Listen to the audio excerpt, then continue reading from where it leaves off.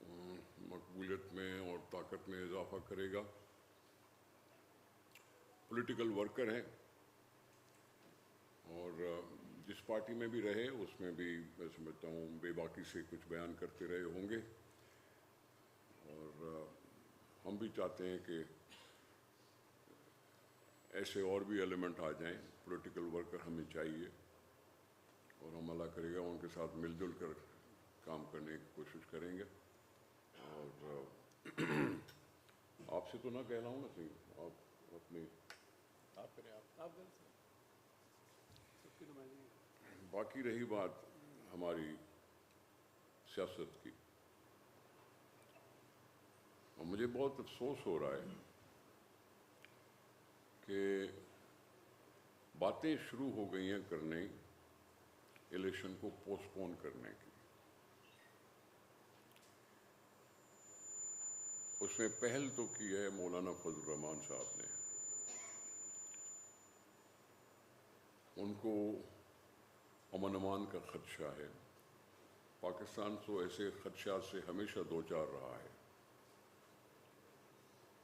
وہ جو دہشت گردی جس نے پاکستان کو بدنام کر رکھا تھا، آرمڈ فورسز نے ان پر کارروائی کی. نیشنل ایکشن پلان کے تحت قوم نے اجازت دی کہ کارروائی کرو، پارلیمنٹ نے اجازت دی کہ کارروائی کرو، اور اس میں ہماری سکسیس سٹوری بھی آ گئی. یہ تو اور بات ہے کہ اس کے بعد جو حکومت آئی خان صاحب کی، اس نے ایسے ایلیمنٹ کو انکریج کرنے کی کوشش کی، پروموٹ کرنے کی کوشش کی. جب یہ اعلان کیا کہ وہاں کے جو قیدی ہیں ان کو واپس لائیں گے اور ان کو مین اسٹریم میں شامل کر کے اور آگے چلیں گے. ایسی اعلانات کا اثر ہم سب آج دیکھ رہے ہیں کہ جو اس طرح کے ملوث ہوتے ہیں دہشت گردی میں، اگر کوئی اس کو انکریج کرتا ہے تو اس کے نتائج کا ہمیں پتہ ہے پہلے سے. اور اسی وجہ سے نیشنل ایکشن پلان بنا تھا، جو پاکستان کی سرزمین میں کسی اور کے جھنڈے لگنے شروع ہوئے تھے.